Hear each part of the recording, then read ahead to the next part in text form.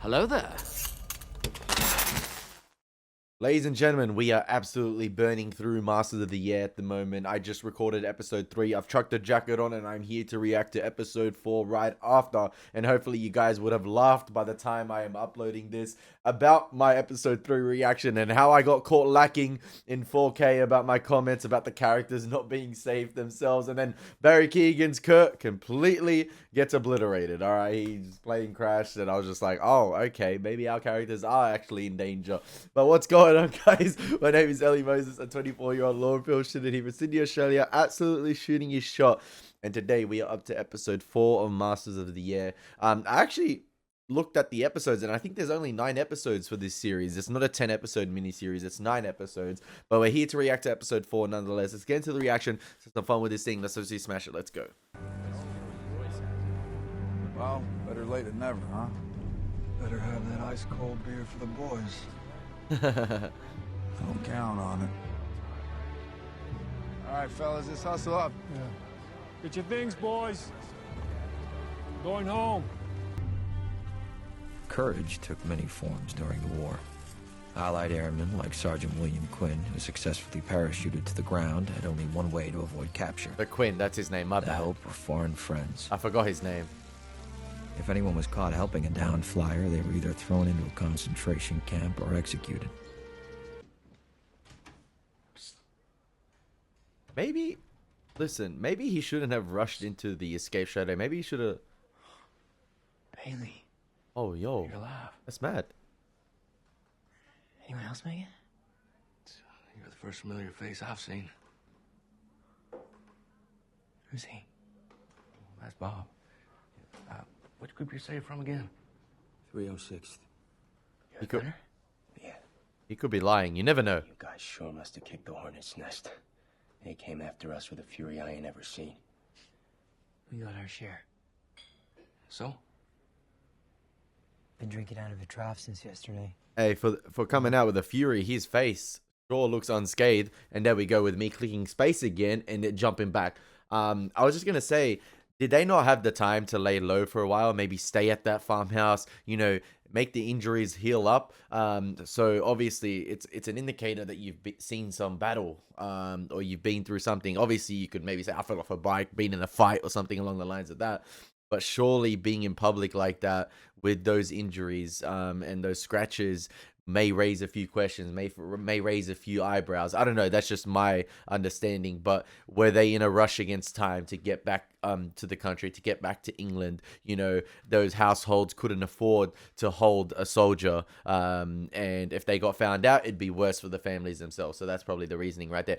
But that other guy right there next to Bailey looks awfully too clean to be there with them. Obviously, he could have served and he could have parachuted out of there, but for someone who just been through hell, it doesn't look like it. Been drinking out of a trough since yesterday. What about you? What happened to Babyface? Everybody else? Babyface perished, unfortunately. Come with me. Do you like baseball? Yeah. Who did Babe Ruth play for before the Dodgers? Babe Ruth never played for the Dodgers. he played for the Yankees. Before that, it was the Red Sox. What is the statue in Trafalgar Square? I don't know where that is, sir. Have you never been to London? We're stationed in East Anglia. You need at least a 2-day pass to get to London. I've never had 2 days leave. Write today's date on the top of your paper. You gotta make sure. Oh, say, can you see by the dawn's early light Just how proudly we hailed at the twilight's last gleaming. Whose broad stripes and bright stars. Hey, you gotta sit through this interrogation process, man. They gotta make sure they're proper Americans. That hard since my social studies final. You're telling me. I thought I failed.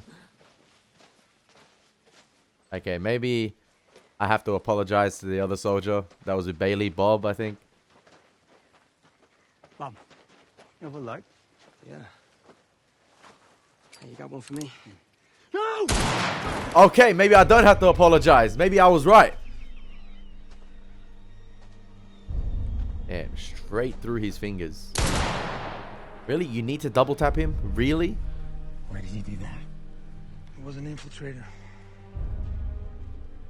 No. I'll talk to him for an hour. Okay, Quinn, you talk to him. He was American. German. We have tried many ways to infiltrate our network, but we always catch them. Fair play. They could have been wrong. Mistake. Who knows? You don't make mistakes. But looks like they were right, and maybe my thoughts that I echoed before about him being unscathed were right. And it does look like we're going to be following Quinn's journey as well, on his way to the UK if he does get there. That's going to be an obstacle in itself, getting back to London. 25 was the magic number. If you survived 25 missions, they sent you home and built bond tours around you. That's insane. 25 missions. In the fall of 1943, Captain Glenn Dye and his crew were the first to get close. The first to get close. Boys, Major. Tommy, you came to watch. These boys, they keeping you out of trouble? Well, them keeping them in trouble, John. I bet. Hey, Billy, Sammy, you working with these ruffians now? Unless you're gonna give me a job. Come work with us. Sure. Couple of eager beavers over here. There it is!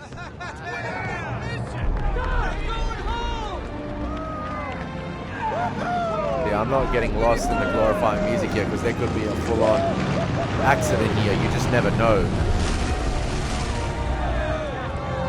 Okay, my guy's just flexing right there. Stole your move. Stole your girl. Okay, maybe Dye made it. Okay. Here's our very own Charlie Robertson. Now, you may think to yourself, or like, I'm sure some viewers or reactors might think, 25 missions, that's not that bad. Imagine doing one a day or something along the lines of that. You could be out of there in a couple months. Who knows? But the way this show's already depicted those missions, 25 missions is hell 25 times. Those couple of hours that you are in the air probably feel like a lifetime. And being in that space right there is completely different to fighting on the ground as well. And I like that the show's depicting that thus far. And one of your comments just said, and I'm learning in the comments as I go each episode, talked about you're facing temperatures of minus 50 to minus 60 degrees up there, as well as, you know, the enemy and the flak as well, and the flak with the shrapnel it's putting out into the planes. Not only the fighter jets, the fighter pilots that are coming at you from the German perspective, you got the flak with the shrapnel, you got the temperatures as well. So I like how thus far, I don't think the show has executed it as well as Band of Brothers in the Pacific thus far. Like, for instance, in Band of Brothers, when it came to like the Bastogne episode, for example, I like how the show made the Bastogne area itself, the freezing temperatures, a character. The temperatures themselves were a character themselves. They were the enemy as well against the soldiers. They had to fight on almost 2 or 3 fronts. Not only the Germans, the weather, obviously the freezing temperatures, and then the mental battle as well to survive those temperatures. I don't feel like the show has fully honed in on the mental aspect of it. And that's why I think those two shows were a bit more immersive. They were more of an experience. I feel like here, I know I'm watching a TV show. And I think it's great thus far. I'm not bashing on Masters of the Air. I think it's still great. I really like it. But I don't feel like I'm as immersed as I was the Band of Brothers and the Pacific.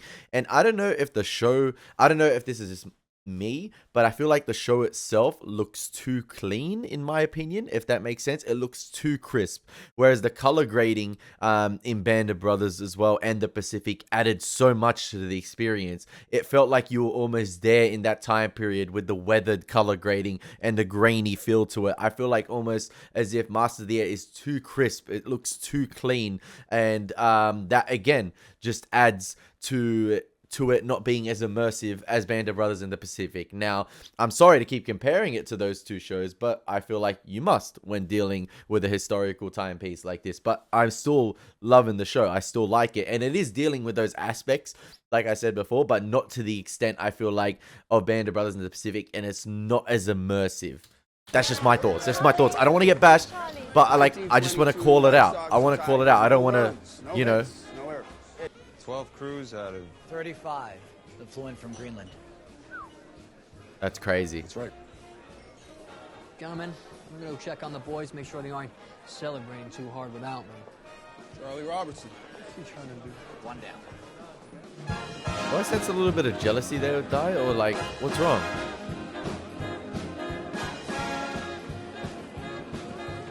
Maybe just like that 25 missions feels like a lifetime to everyone. Well, look who it is. Watch out, fellas. Here comes Twinkle Toes. Okay. And we're being introduced to characters episode by episode, or names that have passed, and I'm not really invested in them. Trying to dour the mood.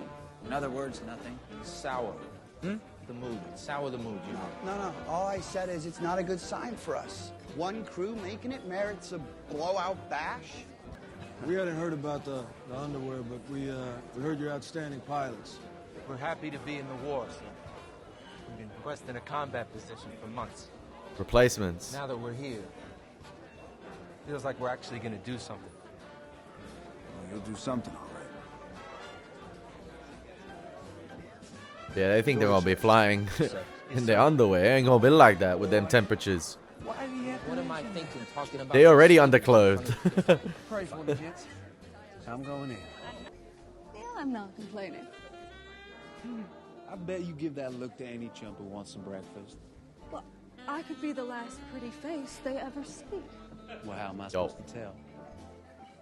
Tell what? I just want to say, Helen got a hell of a voice. Sorry for me, or that voice is crazy. Kiss me. That accent is mental.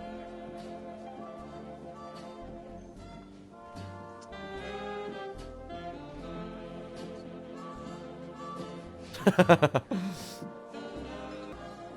bet you like your smell. Major Egan, Major Clevin, I heard you were already on 20 missions. Around there. Oh, he's at 21. Any advice? Try to stay alive. For at least 11 missions. Yes, sir. What happens after that? Ah, you beat the odds. Or you didn't. You know? That's crazy. I wouldn't be surprised if we're getting introduced to these like new replacements, these new lieutenants, and it just goes to show that the war itself has no mercy for anyone. Like, you have Buck Egan here on 21 missions, and someone on their first mission could lose their life. Like, these replacements could lose their life. They're having a hell of a night here. My guy's getting in with his girl. He's shooting his shot, and he could die on the first mission. It's just, yeah, war takes no prisoners. War doesn't have, you know, it just has no mercy. It doesn't have any sympathies for you being on your first or 25th mission. Who cares? We go down, they won't remember us either. When your time's up, your time's up. Did caveman go overhead drinking? I know of, sir. Damn sure not. What counts is that you soldiers show up ready and able to fight. What you do between battles. I like your style, sir. Aerial combat like this hasn't been around since the cavemen, sir. Oh, of course not, Red. Every war has its novelty. You know how we can end this whole thing tonight? We fill up one of our forts with as many 500-pounders as she can hold. We bomb the hell out of Hitler's hidey hole. I'm sure Red and Bubbles could locate that mustachioed little fucker. Yes, sir. Now we fry cap. Someone's had a bit too much to drink. Who? A bit too ambitious. You are. You are. No, you are. Sir.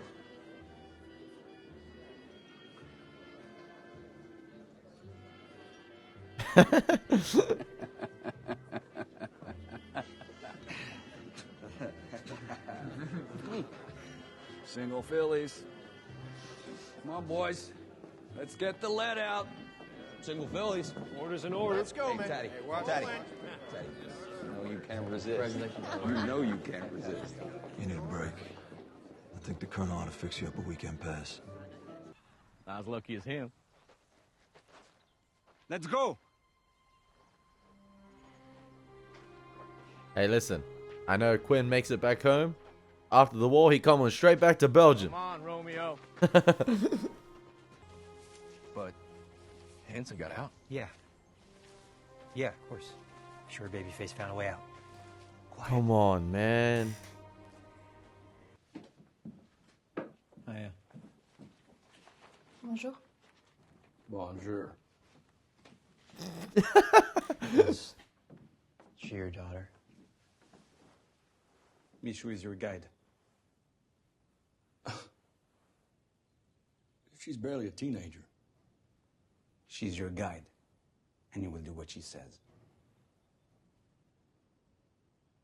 She looks familiar. She looks familiar, that actress. I know, she's so... she looks... On lui a donné ce foulard et je t'assure qu'il a un mot ici.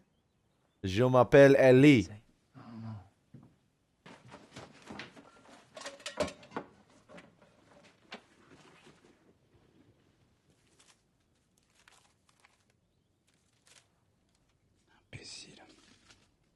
Yo, how did she... If the Germans find this, what do you think they would do to Louise and her family? They would torture them until they talked. And when they get the names they needed, they would shoot them.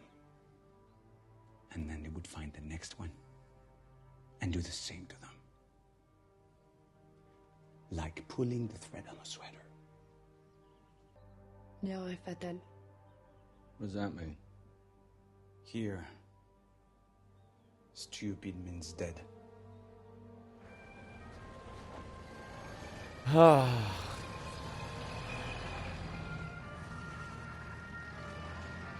Hey, it looks like Egan got his 2-day pass. Or weekend pass. Zdrowie. Na zdrowie. Na zdrowie. Na zdrowie. A mage in the Air Corps, but not a navigator. No, pilot. You know how to tell if a man is a pilot? How? He'll tell you. Really? Really? My husband is a pilot. So you're married? How long have you been a soldier? Since before the war. How long you been out of Poland? Since the Germans invaded. Yeah, I saw the newsreels. That's why I joined up even before Pearl Harbor. An American hero. Maybe I wanted an adventure. Egan! Score a ring! On and off the airfield! Ever been on the business end of a bomb before? Business. A funny word for death. And stupid is another word for death. Jumped a lot of those things. Probably done a lot of killing. Hell of a job. Just one event after another. The worst come out untouched. The innocent dead.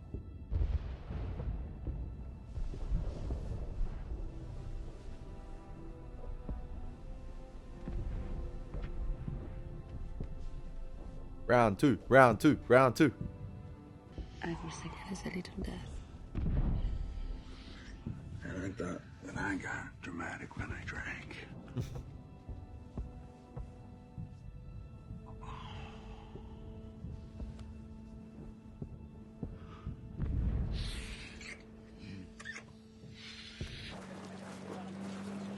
Damn, he... Yeah. Scratch another one off. He needed that 2-day pass. He needed that weekend pass, sorry. Hi.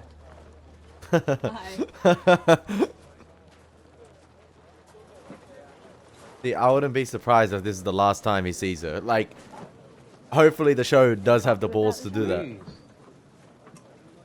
You miss me? All 4 hours we were apart. You know, build up that little connection, build up that mini episode arc, and then obviously it is ruthless, and I don't mean to be sounding like that, but it would be good if the show does have the balls to kill off this character here, have that mini arc, have those heartfelt moments. I'm just like, yeah, introducing young, confident replacements. But like I said, the war itself is merciless, man, and their lives could be taken away, and they won't possibly even hit, mission number 1 completed, and Buck would hit 22 this episode, and that's just the way it is. And I hope like I said, the show does have the balls to pull that off, and basically like show the horrors of war. That's what I'm basically saying. That's what I'm trying to get at here. How I manage. What? You might be the last pretty face I ever see. There we go. Don't say that. There we go. Damned if you ain't the prettiest.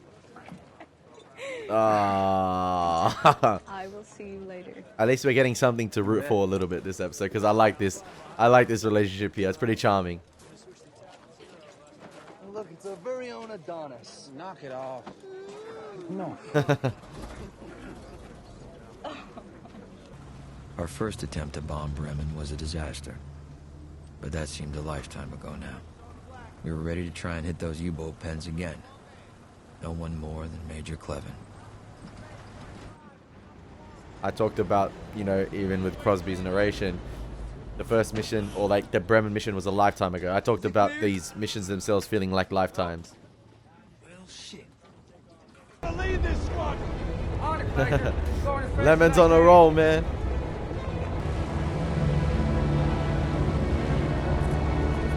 Hey, maybe Lemons did actually fix a plane on the run, and this is a true story. We got one left, Buck. It's now or never. And this is basically, Hollywoodized, if that makes sense. Should be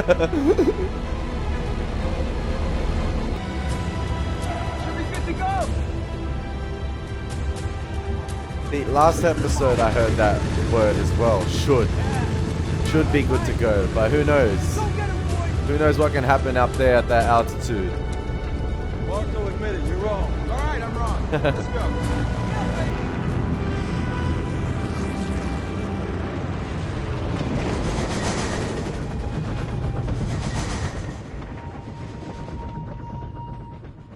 If I pull out my identity papers, you pull out your identity papers. If I look at my watch, you look at your watch. And whatever you do, do not speak. D'accord?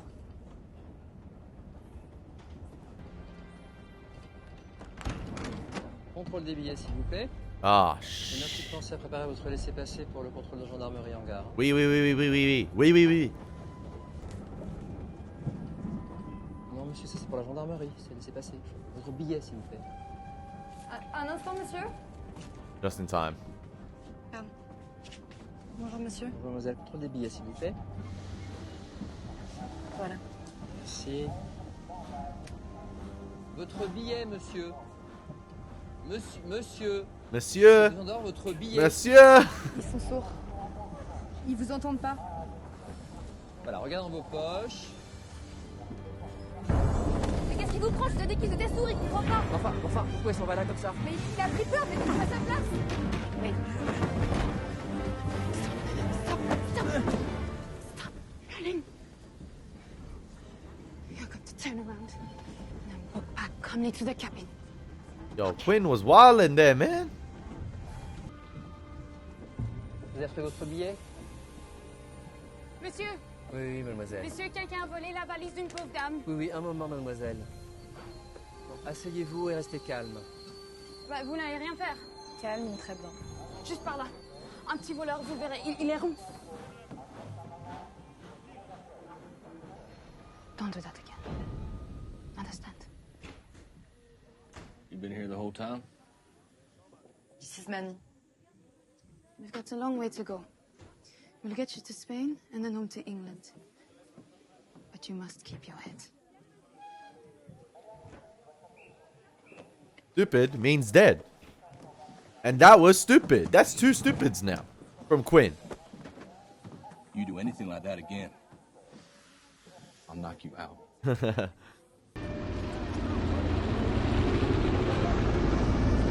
Oh, if this is 12. It's 13. It's 13. out of. Where are you, Buck? So we didn't even get to see the Bremen attacks. Oh, that's kind of sad. That was a fake out. That's it. That's it, sir. And don't tell me budget was the problem. 13 made it. 3 mechanical returns. That makes 8 lost. That's 80 men. Some replacements. Kidd and Blakely. Are they the replacements? Marco and Buck Clevin, too. Sir? Lieutenant Crosby? I'm sorry, son. Damn Bremen. Yeah, but that's an off-screen death. You don't know. You don't know what happened to them. It's a fake out for the audience. That's for dramatical purposes, surely. Crosby's narrating. Oh, what's wrong? You didn't make it. Crosby's narrating. And Austin Butler's Austin Butler. Unless the show has major balls and took him out off-screen, I doubt it.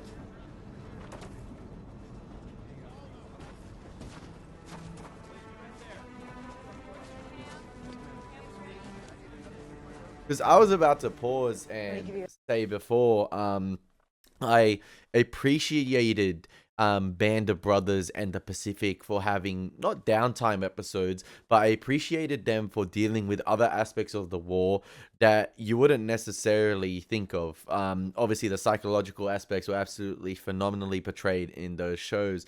But even in the Pacific, you had the Melbourne episode and just the men having that mental reset. But obviously, that mental reset didn't last long because mentally, you got to tell yourself that this is not the end. You got to pick yourself up back and get ready to be deployed again. And then even the episode with the romance with John Basilone and Lena, I like those type of episodes, and I like that this shows as well, dealing with the another perspective of the war from a pilot who's obviously escaped a crashing bomber and has to find his way back home, find his way back to England. And I like that we're dealing with that with Quinn and Bailey. I like that story arc right there. And then you make the assumption that the other pilots are either dead, prisoners of war, and yeah, obviously it's nice to have that aspect with Quinn and Bailey, but I didn't expect this Bremen incident right here to be you know, off screen, if that makes sense. I was thinking to myself, you know, a show with this budget and obviously with Apple TV, that the Bremen thing won't be a fake out. And hopefully with the 2 guys that were killed, I don't know if one of them was because I don't remember the names, sorry. I don't remember if one of them was that one with Helen. So it's interesting. I guess we'll find out. And obviously the Buck and Crosby thing, I doubt that they're obviously, you know, killed in action. Rosie's Riveters, 418. There you go. Because things happen so quick in the air, you don't know. There, if you want any. Bob's on that side. There you are. Hi. Oh, so he didn't make it. Unless he was in Buck's plane, you never know. It was as if we were flying through a solid wall of flak. Gone. An FW rammed him head on. Both planes blew up. What were the conditions? Could you see the target? They had to. We flew through. Squadron lead went down. Did anybody get out? Did you see any shoots? This is the interrogation here. I see. So how'd you end up alone? There was a lot of confusion up there after the lead of the 350th went down. Our baby with Buck Clevin and DeMarco. The whole first element. Nash and Spies too. I didn't see any shoots.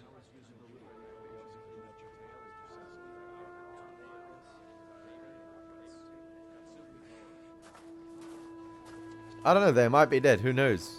Who knows? I'm gonna get some work. That'd be pretty ballsy from the show. Give me a minute, Pappy. Helen. It was hell up there today. Lieutenant Nash didn't make it. I'm sorry. I called it. Look, I'm gonna go out today and I'm gonna drink. I'm gonna have some fun. I would like to do that with you.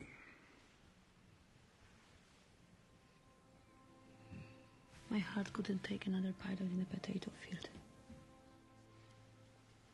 I know you understand me. Sweet man.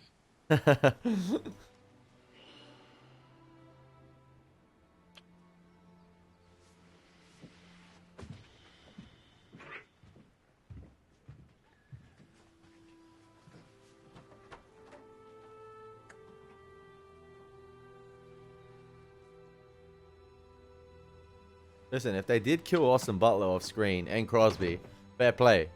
Fair play. But my initial instinct is that we didn't see it, so it didn't happen. Thank you.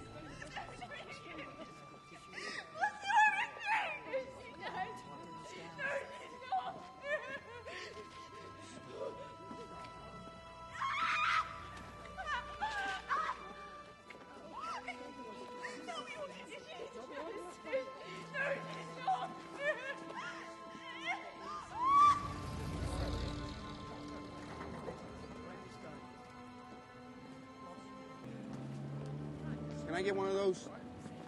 With the change. Thank you.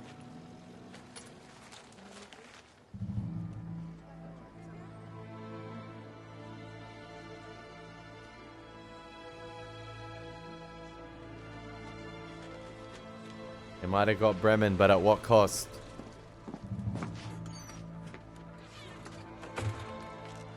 Norfolk 7322, please. See, my initial intention here, like I said, is this is like a fake out for dramatical purposes to lead us into the next episode. Egan here. How'd the game go yesterday? Not as well as we hoped. Was Buck in the lineup?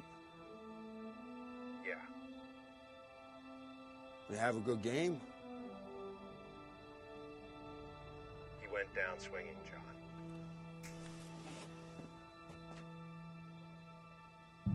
I like the way they talk as if it's like a sports game. Who else? I love that, but Most of the starting lineup.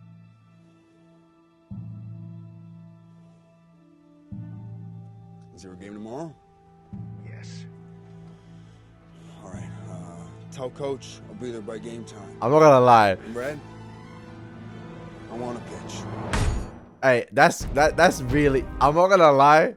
The the sports lines and the like obviously the sports analogy right there for the sports terminology for the events that happen is kind of badass, and the way you saw Egan's confidence build up, or not confidence, but you hear the aggression in his tone of voice spark up right there. And obviously you can't dwell on these moments. If you lose a brother, you can't dwell on. You got to pick yourself up and get ready to go again. And I love that. That was actually a pretty badass ending. I'm not gonna lie. But listen, my intentions point me towards a fake out death, and I just hope they don't do that. I hope the show is ballsy enough to kill these characters off. But I don't think so. I don't think so. At this point, the Barry Keoghan one, is probably our like the writer's way of saying that's our main actor killed. That's one of our main stars gone. And with Austin Butler, because we didn't see it happen and it was off screen, I guess listen, no body, no death. So like I don't know, and I hope it's not a fake out, but like all roads are leading me to it being a fake out. And listen, when you're dealing with a historical piece like that, I don't think it's respectful to do fake out deaths like this in a way. But actually, you know what? If it's from the perspective of Egan and Egan doesn't know what happened, obviously, you know what? It might be a situation where, listen, he is still alive, but because it's from the perspective of, the pilots themselves, the crew members themselves, it was all chaotic. They're up there. They don't know what happened. And we as the audience are meant to feel that chaos with the characters themselves. We don't know what happened up there.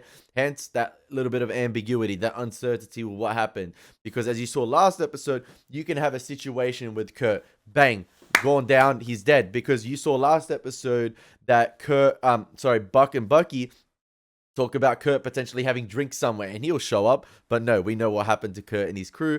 And then you could have a situation like Quinn and Bailey where they survive and no one knew about the shoots potentially pulling up, like exactly this episode with the interrogation. Hell breaks loose up there. It's chaos. No one knows what really happened. And you cannot really confirm whether someone's, they can confirm the plane went down, but they didn't see any shoots. So we don't know. And I think it's just a cop out, like a fake out for the audience themselves, just to build that tension up. Because it is Austin Butler at the end of the day. I don't know. Listen, like part of me says that, it's from the perspective of Egan. It's good that they're dealing with it that way. They're creating confusion for the audience themselves. But then I don't know if, like I said, the other part of me thinks it's all for dramatical purposes to fake this out. And I don't think it's respectful for the events that occurred. Whereas Band of Brothers and Pacific, show it how it is, baby. Like, just like that. We'll show it how it is. And even, for instance, in Band of Brothers, when you had the episode with the bull being, forgotten at the town, not forgotten per se, but they had to retreat. We saw it from the perspective of both sides. We saw it from the perspective of Bull in survival mode, and we saw it from the perspective of the soldiers who thought he was alive, and maybe some thought he was gone. And I like that. That was within the one episode, whereas this episode obviously generates that confusion and leaves that cliffhanger going into the next. So yeah, I hope you guys enjoy my reaction. It's been your boy Elie Moses. Take care. God bless and peace.